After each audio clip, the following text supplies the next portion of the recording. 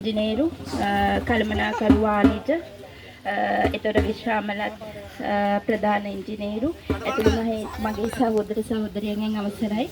ඇත්තටම අද මෙතෙන්ද අපි එකතු වුණේ අපේ රවි මහත්තයාගේ සමගැනීම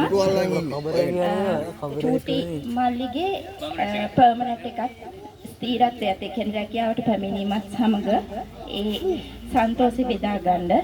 එතකොට මම රවි මහත්තයා ගැන කතා කරනවා නම් මට රවි මහත්තයා හම්බෙලා වසර 5ක පමණ කාලයක් ඇති.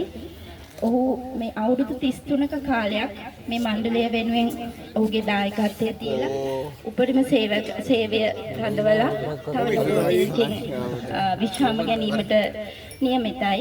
එතන මම අඳුනාගත්ත රවි මහත්තයා කියන්නේ සේවයට අපකැප වෙලා සේවය කරපු කෙනෙක්. ඒ වගේම අපේ හැම දෙයකදීම ඉස්සරහට ඇවිල්ලා අපිත් එක්ක දුක සැප බෙදාගත්ත කෙනෙක්.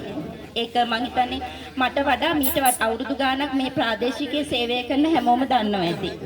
ඉතින් ඒ වෙනුවෙන් අපි මේ සංවිධානය කරපු මේ උත්සවයට පැමිණි ඔයගොල්ලන් හැමෝටම ස්තුතියි. ඒ වෙනුවෙන් දායකත්වය දුන්න හැමෝටම ස්තුතියි. විශේෂයෙන් අපේ සංගීතයෙන් දායකත්වය දුන්න අපේ බණ්ඩාර මහත්තයාටත් බටනානායවාදනයේ සංගීතය දුන්න ඒ මල්ලිටත් මේ හැමෝටම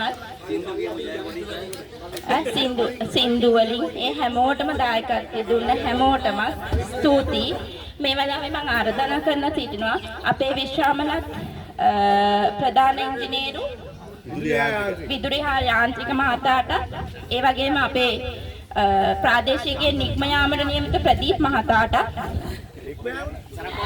එතකොට සරත් මහත්තයාට හර්ෂ මහතාට කමර්ෂල් මැනේජර් මහත්තයාට මෙතෙන් ඇවිල්ලා රවි මහත්තයාට ඒ අදාළ ත්‍යාගය බාර දෙන්න ආරාධනා කර සිටිනවා.